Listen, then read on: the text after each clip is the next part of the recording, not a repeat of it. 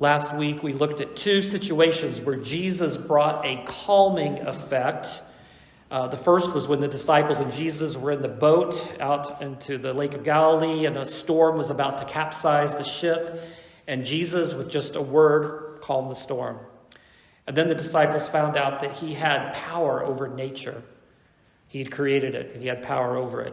And they go to the other side of the lake, and they're met by a demon-possessed man, and Jesus freed him from those evil powers that were inside of him. And it taught his disciples that Jesus had power over Satan and his team. And both of these situations taught the disciples more about who Jesus was and the calming effect he could have on the storms in our lives and the storms inside of us. In today's situation, there's a story where there's two stories that are intertwined into one, where we see the calming effect of Jesus. One is about a dying 12-year-old girl, and the other is about a woman who had been very sick for 12 years.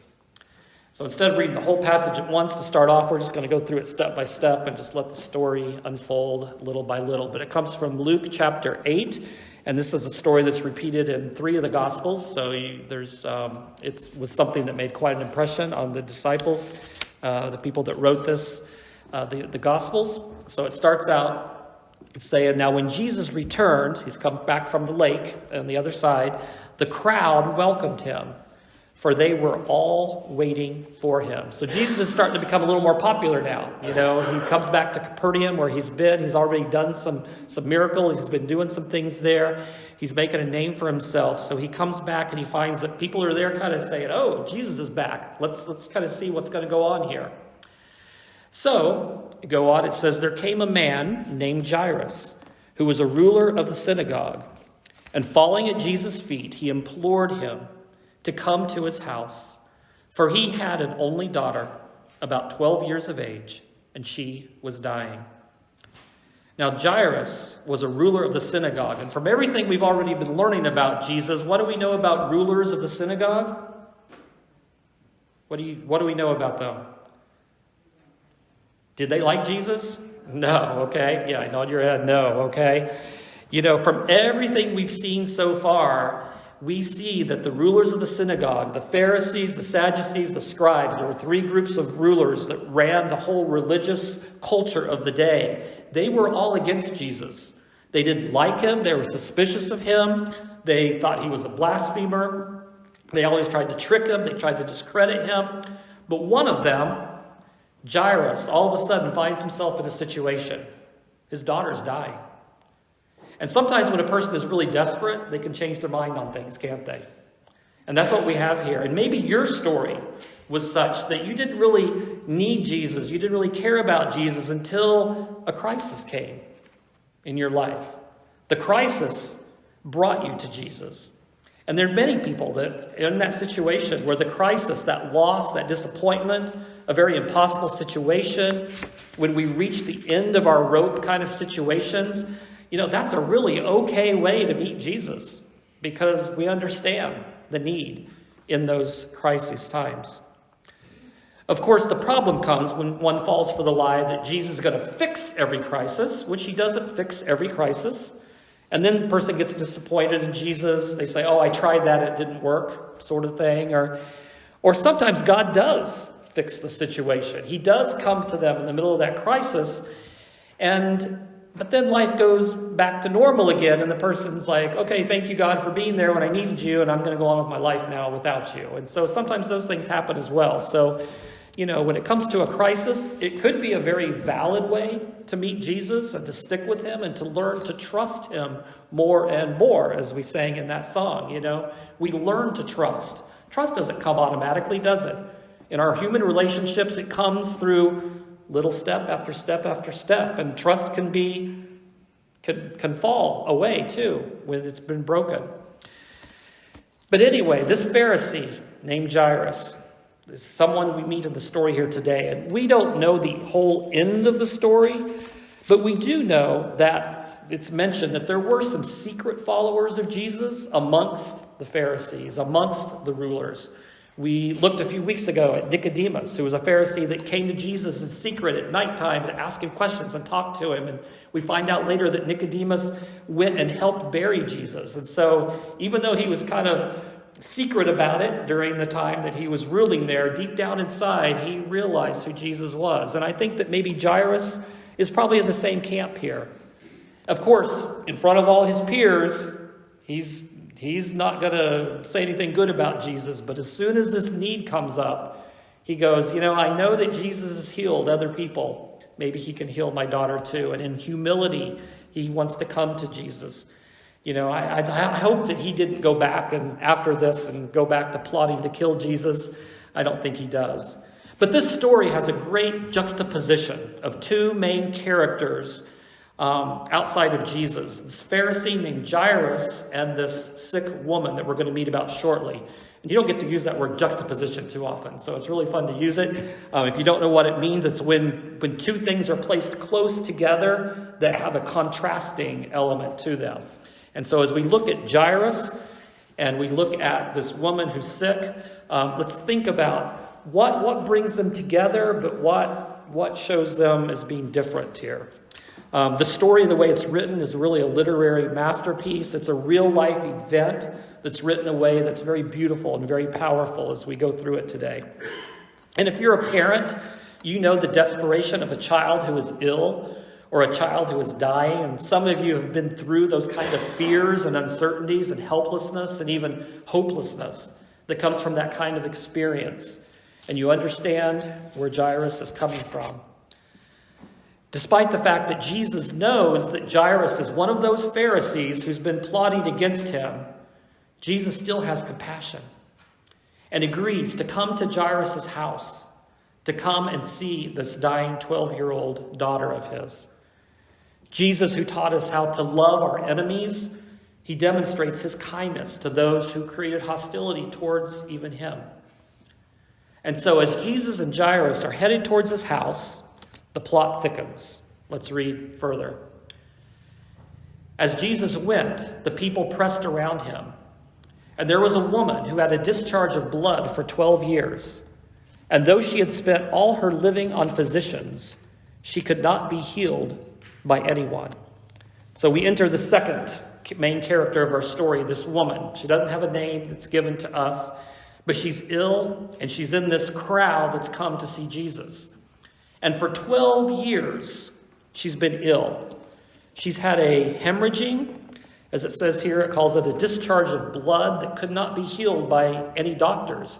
And she had certainly tried. She had gone from doctor to doctor. She used any money that she had to be able to try to find a cure. So this is not just some passive woman who's sitting back and saying, well, I've got this problem and there's nothing I can do about it. She's definitely tried. Now this bleeding, pardon me here, but this is actually a menstrual discharge that never stops. And so this is a major inconvenience.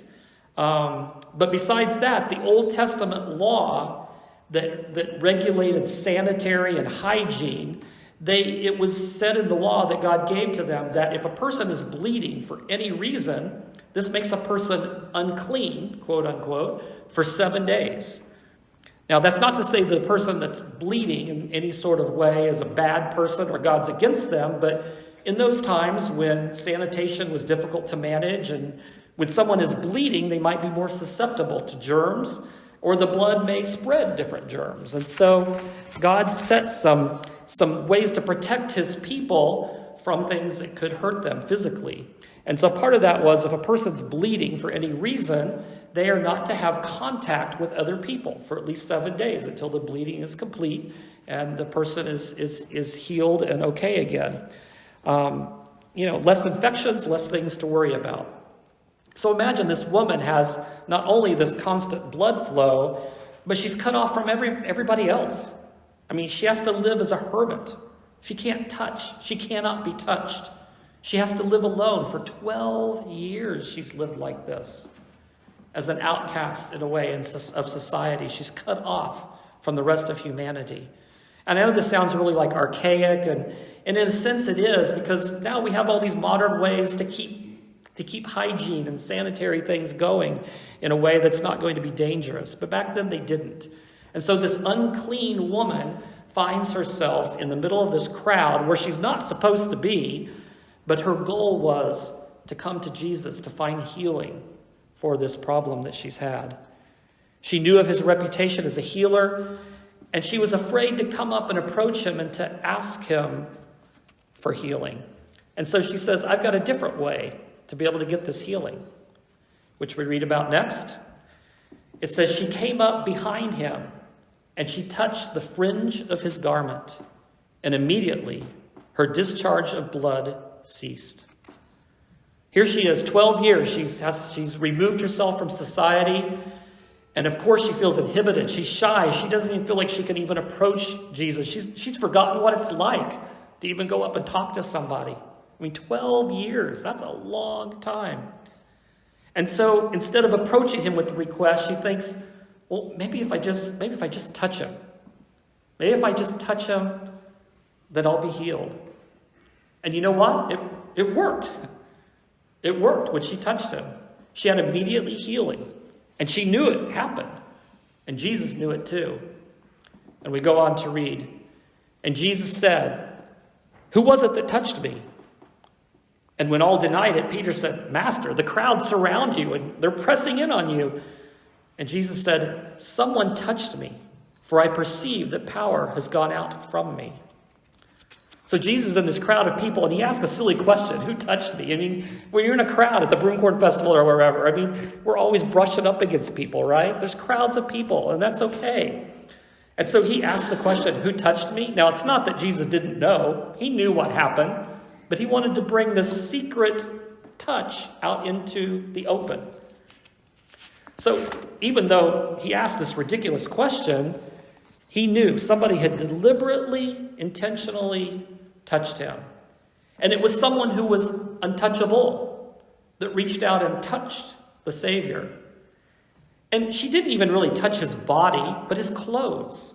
And not even just his clothes, but his outer robe. And it wasn't even just his robe, but the tassels that were hanging from the robe. So it's not like she invaded his space and his privacy. She just reached out to even touch the tassels, the fringes of Jesus' robe. And the miracle took place. Now, we'll get to the miracle in just a minute. But the tassels on a robe were significant because when God gave his law, he said, here's a way to remember the law. Since they didn't have their own Bibles and books to carry around with them home, but they would come to the synagogue to hear the law of God, so they would know what is right and what is wrong and how to worship God. And God said, as a reminder, put these little tassels on your robes. Put 4 on each corner of the robe. And every time you see those tassels, it reminds you of God's law. Because God realizes we use all of our senses, and sometimes we need reminders like that, don't we? But he put that in the law. He said, put those tassels on your robe as a reminder. And so Jesus is wearing one of those robes, of course. But those tassels symbolize the law of God. And when she reached out and touched it, those tassels, she's realizing it's the very law of God that says that she's unclean. It's the very law of God that makes her ostracized from the rest of society. It's almost cruel. Sometimes God's laws can seem very, very cruel, even though it was for her safety and everybody else's safety. But she reaches out and touches something that symbolizes the law that kept her apart from everybody else. And so this beautiful act of faith, she wasn't angry with the law, she wasn't being rebellious against it, but she reached out and touched something that reminded her of what God had said, and she trusted him. She trusted and obeyed. And Jesus sees her faith, very symbolic, this hidden act. She didn't make some public display, but she was desperate. She was desperate to find relief from her physical pain, but also from the social pain that had come with it. And then we go on to read, and when the woman saw that she was not hidden, she came trembling, and falling down before him, she declared in the presence of all the people why she had touched him, and how she had been immediately healed. And he said to her, daughter, your faith has made you well. Go in peace. Isn't this beautiful story here? You see Jesus' compassion towards her, even though she was scared to death, even though it was hard for her to do this, but she had the faith.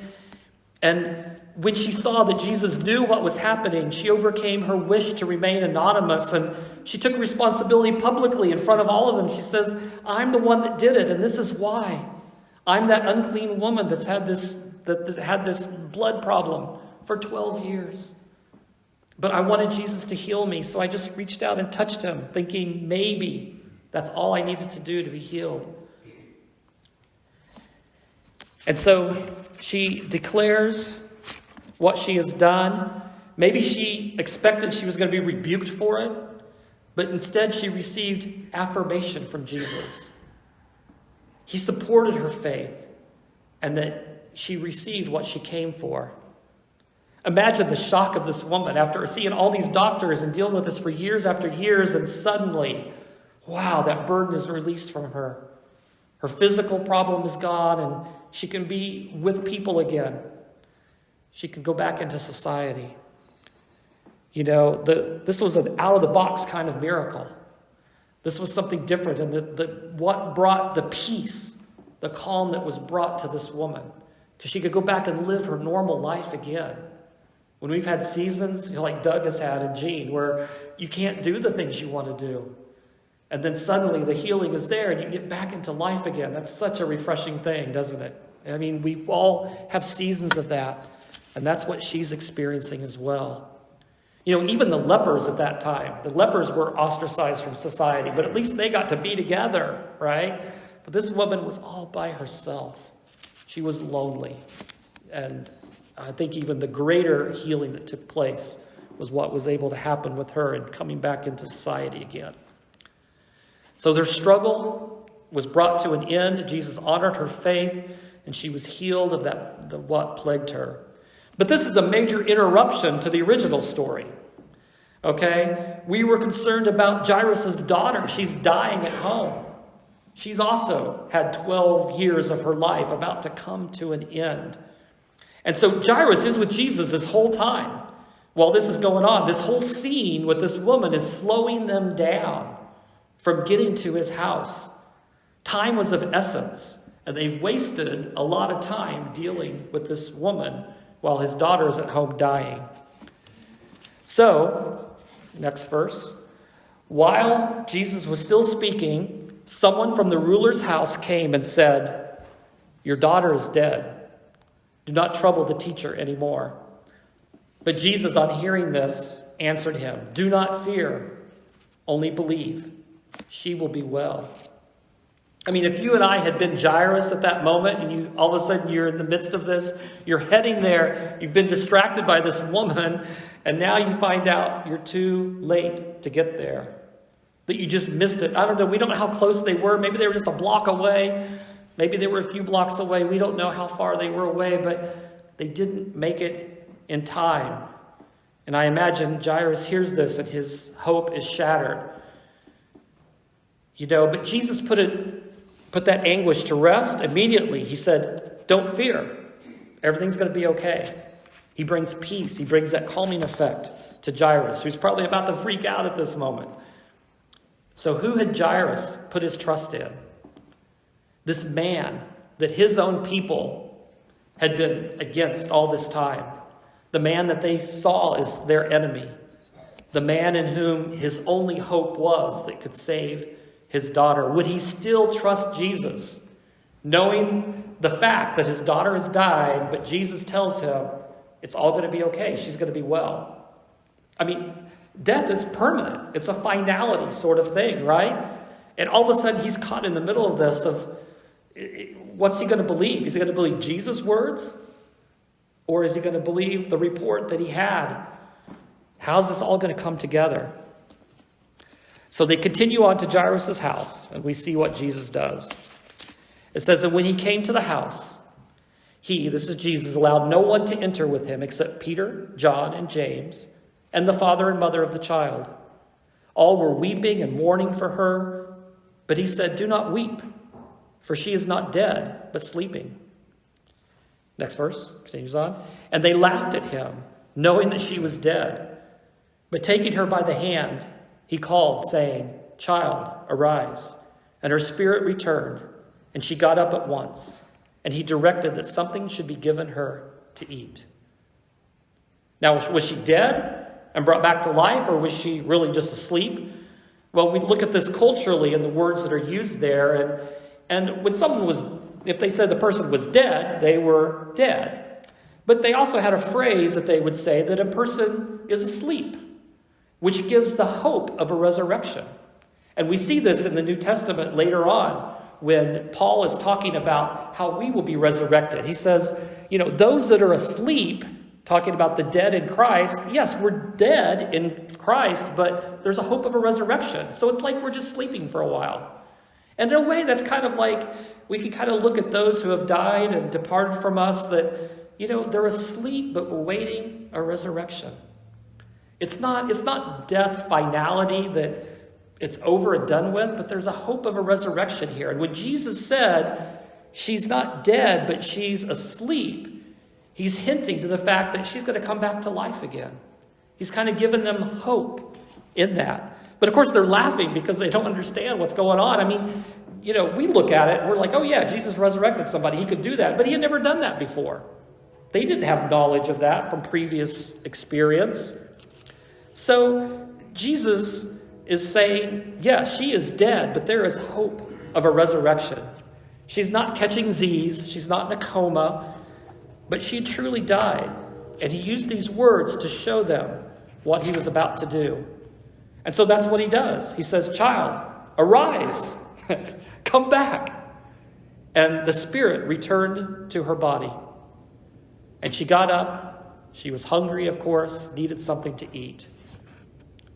Jesus not only did a kind deed for this Pharisee who didn't deserve even any kind of miracle at all, let alone this miracle of all miracles, someone coming back from death, the one that he loved, his 12-year-old daughter. And so again, when Jesus says, love your enemies, he proved it. And he proved it big time, because Jairus was on the other side of the fence. If you've been following these sermons, we see that time after time, again, Jesus has to put these Pharisees, these religious rulers, in their place, and that they're going back and plotting his end. But he reaches out in a very, very merciful way to Jairus. And Jairus receives the cry of his heart, not to lose his daughter. Jairus, his wife, and 3 of the disciples, Peter, James, and John, were in the house. They were witnesses of this miracle. And from now on, we're going to see this take place very often, that in different situations, Jesus is going to call 3 of his disciples into a place where the other 9 don't get to participate. Peter, James, and John become his inner circle. He shows them things and reveals things about himself that he doesn't reveal to all the other of the 12, but he starts kind of pulling these 3 aside and saying, I'm going to show you some things and teach you some things that it's going to go deeper. It's going to go further. And so we're going to see this pattern take place in many of the stories that we're going to have in Jesus' life. And this is the first time that we see this happening. And so he entrusts these 3 with information that he doesn't give to everyone else. But the fact that Jesus could resurrect the dead, this was going to be a secret mystery only to the 3 of these disciples. They were going to get this.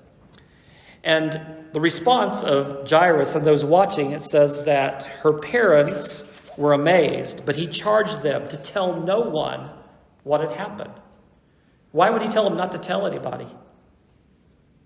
Any ideas? Why would he tell them not to tell? Last week, when the demon-possessed man was freed from his demons, Jesus said, go and you tell everybody what happened. And now he's telling Jairus and his wife and the 3 disciples, don't tell this to anybody. I mean, that would be hard to keep a secret, wouldn't it? I mean, your daughter has just come back from the dead and you want to explain it to everybody and tell them about this great thing that just happened. But if it got out that Jesus could resurrect the dead, something that's very intimate and special like this doesn't need to go public. Because could you imagine what would happen if word got out that he could raise the dead? I mean, you'd have everybody coming to Jesus saying, hey, could you come down here to the cemetery? I mean, he would empty the cemeteries. I mean, we all want our dead returned, don't we? We do. But it wasn't time for that. Jesus didn't come to necessarily resurrect the dead and give them new life now. Later, yes, but not now. And, there is a certain finality to death that really needs to remain final. And there were exceptions in Jesus' day, but he wanted to use this to teach them, to show them that resurrection is possible. So that when it was going to happen to him, and when he started telling them about it, they would start to put two and two together. Losing a loved one, it's a hard path to go on. But for the Christian, we have hope. Just like when Jesus said to this family that had this 12-year-old girl, she's just asleep. And that's the way we can look at that. We can tell ourselves when we're feeling the loss of our loved ones around us, they're asleep. They're going to wake up someday, and we're going to be together again. And that's one of the great lessons that we have here in this story. The mercy that he gave to this woman that had this illness for 12 years, the mercy he shows to the Pharisee here, Jairus, he offers to every man, woman, boy, and girl. He offers that compassion, that mercy. And he says, I'm here. Reach out and touch. I'm coming to your house. I'm going to be there with you. And that's what he does. None of us deserves his love, but none of us is outside of his love. And may these things about Jesus give us comfort. May they give us peace. May they bring calm to our lives as we turn to him, as we maneuver through life. And maybe you're here today and there's something that's just heavy on your mind. You just need to turn to Jesus for. Just reach out to him. Reach out to him and let him be there for you. He invites us to come. His arms are open. And as we come for communion today, he's inviting us to be one with him. And as the worship team comes, as we sing this next song and prepare for communion, we can take that promise that his arms are open.